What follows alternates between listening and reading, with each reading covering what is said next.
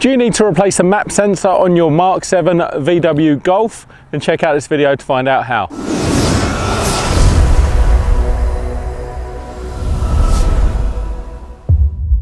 Hi there guys, welcome back to another Ross Perry Productions video, and welcome back to another video on the lovely 2015 Golf GTI performance model.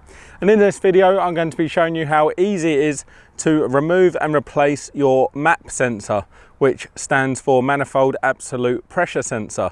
And the only tool we're going to need to do this job is a T25 Torx bit, and it's really simple to do. So the first thing we're going to do is actually open up the bonnet. If you don't know how to do that, just go into the driver's side and pull that lever there. Back round at the front of the car, we're just going to put our hand in by the VW badge and we're going to squeeze that lever there. And then that should hold up your bonnet automatically.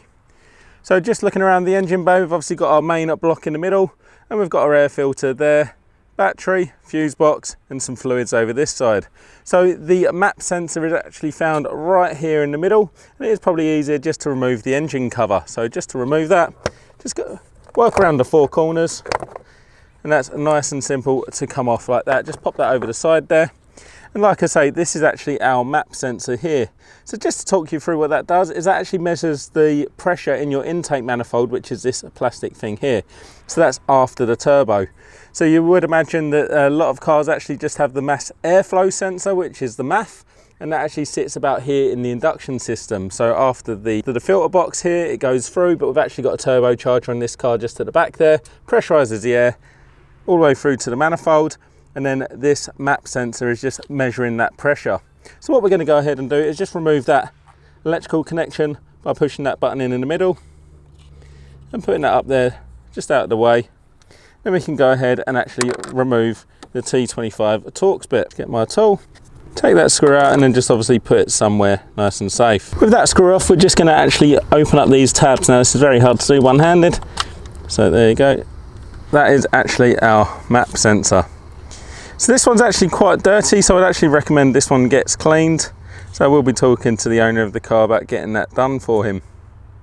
Now I would read out the part number on the side, but I'd actually urge you to check out the one on your car so you can make sure it's the right one.